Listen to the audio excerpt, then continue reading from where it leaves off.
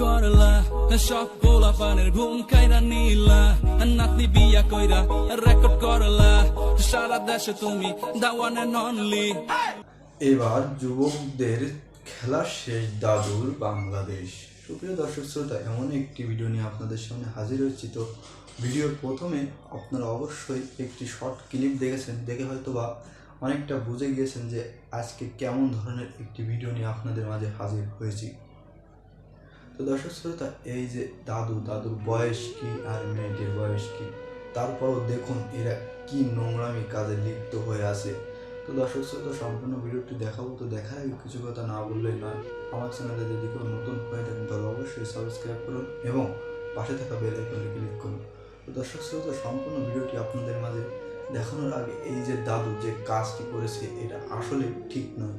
তো চলুন দর্শক শ্রোতা, আমরা সেই ভিডিওটি দেখে করলা সব পোলা পানের ঘুম কাইরা নিলা নাতনি বিয়া কইরা রেকর্ড করলা সারা দেশে তুমি দাওয়ান এন্ড অনলি।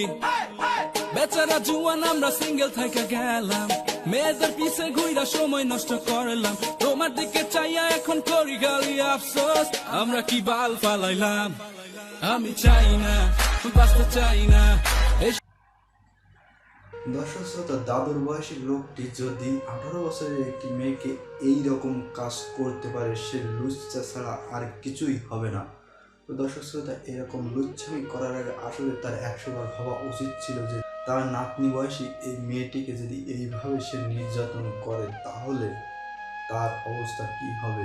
তো দর্শক শ্রোতা, এই যে ভিডিওটি দেখছেন, ভিডিও দেখে আপনারা অবশ্যই কমেন্ট করে জানান এবং এই ভিডিওটা শেয়ার করুন আপনাদের বন্ধুদের মাঝে, কারণ এই ভিডিওটা শেয়ারের মাধ্যমে এরকম দাদুর হাজারো বয়সী লোকের হয়তোবা জ্ঞান বুঝতে পারবে যে এরকম কাজ করলে আমাদের উপর কেমন ক্ষতি আসবে। তো দর্শক শ্রোতা, আজকের ভিডিও পর্যন্তই, দেখা হবে পরবর্তী কোনো ভিডিওতে। খোদা হাফেজ।